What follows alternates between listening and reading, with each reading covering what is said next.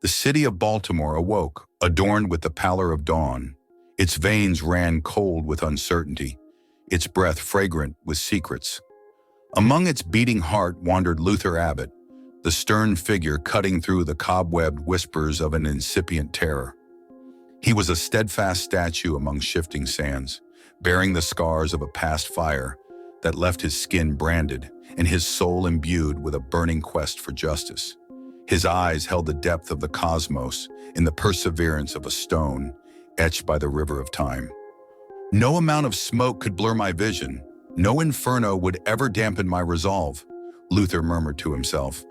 The haunting memory of the fire seared into his soul, providing the strength to stand unbowed against the inevitable winds of despair.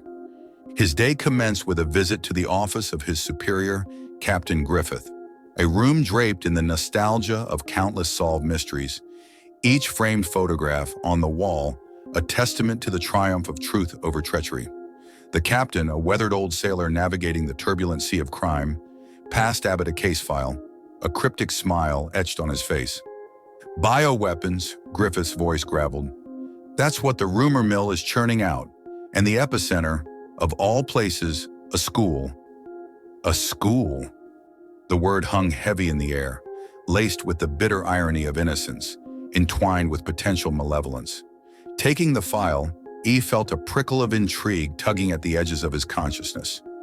His journey led him through the arteries of Baltimore, a city echoing with the drumbeats of human existence. Staring at the monolithic building of the supposed school, his gaze caught a hint of unease dancing in the eyes of passers-by. It was as if the building itself radiated an ominous chill, a silent plea for help echoing in the wind. While grappling with these subtle undercurrents, he found himself in a quaint cafe on the corner of the street. A meeting was due with his contact, Fiona, a quick-witted journalist with a knack for uncovering secrets hidden in the city's underbelly. Bioweapons in a school, Abbott? Even for Baltimore, this is a stretch. Her voice held an undercurrent of skepticism. But as they delved deeper into the shadows of rumor and whispers, the skepticism began to morph into a darkened curiosity. Their conversation was laden with cryptic fragments of whispers, hushed murmurs seeping from the city's heart, painting a dire picture with broad strokes of fear and uncertainty. As the curtain of night fell, he found himself standing before the ominous school building, his silhouette engulfed by the encroaching darkness. The whispers in the wind grew louder, their spectral voices intertwining with his thoughts. He could almost smell the lingering dread in the air. The city slept, oblivious of the dread that brewed within its heart, innocent of the cosmic horror that danced in the shadows. As he stepped onto the cobblestones of the schoolyard, the first chapter of his journey ended, the stage set for a dive into the maw of madness. The bricks beneath his feet seemed to hum with a rhythm, a morbid lullaby that sang of mysteries yet to unfold, inviting him to step into the abyss. Ash stood there, at the precipice of the unknown. He felt a stirring within, the fire in his soul flickering against the encroaching darkness. It was a quiet moment, a small but profound reassurance, a promise to the city he loved that he would unveil the veil of terror and bring forth the dawn of justice. A new day dawned over Baltimore, light cascading over the city's skin like molten gold. The radiant morning stood in stark contrast to the previous evening's grim revelations, as though nature itself was ignorant of the seeping darkness within. Luther stood before the seemingly innocuous school building, the brooding edifice standing as a silent sentinel amidst the urban tapestry. Stepping through the imposing iron gates, he felt the crunch of gravel underfoot, echoing ominously through the silent schoolyard. As he ventured deeper into the confines of the school, the jovial chatter of children, usually resonating through such spaces, was conspicuously absent. Each classroom he peeked into offered an unnerving tableau, the children seated mechanically, their voices muted, their actions a frightening echo of each other. A cold shiver rippled down his spine as he realized the depth of the sinister control. In the center of the building, he found the principal's office. The man seated behind the antique oak desk was as emotionless as his charges, his eyes harboring an uncanny emptiness. Their conversation flowed like the babbling of a distorted brook, the man's words as hollow as his gaze. "There is nothing amiss here, Detective," he droned, his voice devoid of the usual defensiveness. "Our students are disciplined and dedicated." A hollow laugh echoed in Luther's mind as he surveyed the empty corridors after exiting the office, a haunting soundtrack to the grand theater of deception he found himself in. In the heart of the building, he found the school library, a dusty mausoleum of forgotten knowledge. Flickering through the pages of an old-school journal, he found a chilling entry. It spoke of a peculiar illness that had taken hold of several students, symptoms marked by extreme fatigue and an unnatural synchronization of behavior. He felt a knot tighten in his stomach, an uncomfortable puzzle beginning to take shape in his mind. Venturing further into the bowels of the building, he stumbled upon the science laboratory. Among the innocuous chemistry sets and microscope slides, he discovered samples of an unidentifiable biological substance. He felt a cold thrill run through his veins.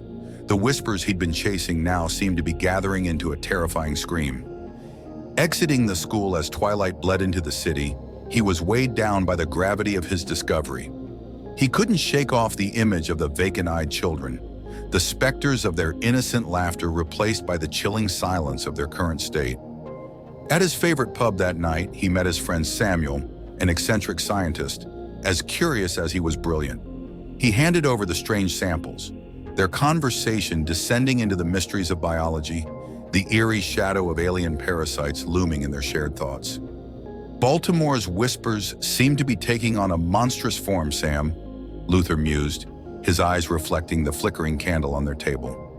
Samuel's response was a quiet agreement, his brow furrowed in concern. They parted with the promise to meet soon, their friendship now entwined with a cosmic horror that threatened to unravel their understanding of reality. As he walked the cobblestone streets back home, he felt the city pulsate with an unspoken fear, the echoes of whispered rumors growing louder. He had stepped into the maw of madness, his path illuminated by the terrifying truth that began to unravel. As the moon bathed Baltimore in its ethereal glow, he felt himself standing at the brink of a cyclopean abyss. A deeper understanding of the cosmic terror awaited him, its monstrous jaws ready to swallow him whole. Baltimore bore the brunt of a violent storm, a cataclysmic downpour that seemed to mirror the turbulent unrest stirring within Luther. As the city succumbed to the melancholic embrace of the rain, he found himself within the sanctuary of his study, a chamber filled with artifacts of his profession. The dancing flames of his fireplace cast long, ominous shadows on the old case files, magnifying the creeping sense of dread. His gaze fell upon the antique globe sitting on his mahogany desk, its unassuming depiction of Earth, a poignant reminder of the cosmic reality that swirled unseen around them. As he spun the globe, the thought of alien life forms manipulating humanity stirred a tempest within him, a feeling of profound insignificance that was as disconcerting as it was enlightening. His ruminations were interrupted by a knock on his door. It was Samuel, his face a mask of worry. In his hand, he held the analyzed samples, his eyes reflecting a terror that made Luther's heart clench. "Abbott, these aren't terrestrial, they're alien." His words hung heavy in the air, the final admission of the unthinkable horror that had sunk its claws into their city. As they pored over the data, their conversation a flurry of scientific jargon and hushed apprehensions, they began to understand the alien parasites' ghastly nature. They weren't just parasites, but sentient appendages of an ancient cosmic entity, a revelation that sent shivers down their spines. This entity didn't merely drain its victims of their physical vitality, but it savored their fear, their despair, feeding off the very essence of life. To understand the entity better, they dove into the depths of esoteric literature, books and scrolls Samuel had collected over his scholarly pursuits. They pored over cryptic symbols and phrases, gradually unraveling the cosmic narrative that spanned galaxies and eons. This entity, they discovered, was an ancient deity, an insatiable consumer of worlds. Its motivations were as alien as its origin, its hunger for life a perpetual, insatiable cycle. Late into the night, they discussed their dire situation, the weight of their knowledge threatening to consume their sanity. The school was not just the epicenter of a bioweapon conspiracy, but ground zero for a cosmic horror that far exceeded their darkest fears. Their dialogue deepened as they navigated the abyss of their discovery, each revelation a tightening knot in their stomachs. Luther, once motivated by revenge for his personal traumas, found himself shouldering the burden of an impending disaster that threatened to engulf everything he held dear. As the storm outside subsided, their conversation dwindled to a contemplative silence. The city of Baltimore, shrouded under the veil of night, had transformed into a battlefield where the lines of humanity and cosmic horror blurred. Standing alone in this surreal landscape, he felt the pressing weight of the world on his shoulders. The first rays of dawn pierced the gloom, a sliver of light in the suffocating darkness. Driven by his indomitable will and burning desire for justice, he resolved to confront the monstrosity. The real battle was yet to begin. The light of dawn was a promise of the fight to come, a prelude to the impending showdown that awaited him in the heart of cosmic darkness. The city of Baltimore, bathed in the lukewarm glow of dawn, seemed to shudder under the hidden terror that coiled within its heart. The day brought an oppressive stillness, a grim prelude to the impending storm. Luther Abbott, steeled by his resolve, ventured once again into the grotesque facade of normalcy that was the school.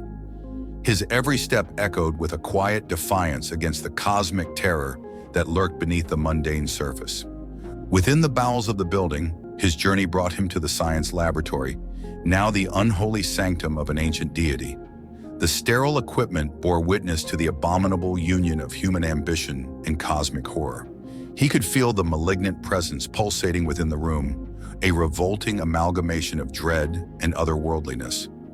A sudden, bone-chilling wail filled the silence as the entity became aware of his presence. The school children, puppeteered by the parasite's ghastly influence, turned towards him, their empty eyes a horrifying reflection of the cosmic abyss. He could feel the palpable taste of their fear, their despair feeding the entity.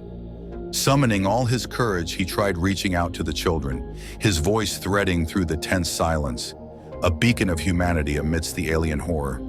He spoke of hope, of the strength of their spirits, urging them to resist the spectral puppeteer that held their strings. The principal, the epicenter of this bioweapon conspiracy, appeared before him, his vacant eyes harboring a spectral flame. Their confrontation was not of fists and blood, but a war of words, a brutal dance of philosophies that danced on the precipice of sanity. "The children are merely vessels, Abbott," the principal droned, his voice a chilling harmony with the cosmic hymn that filled the air. "They are gateways to a realm beyond our comprehension."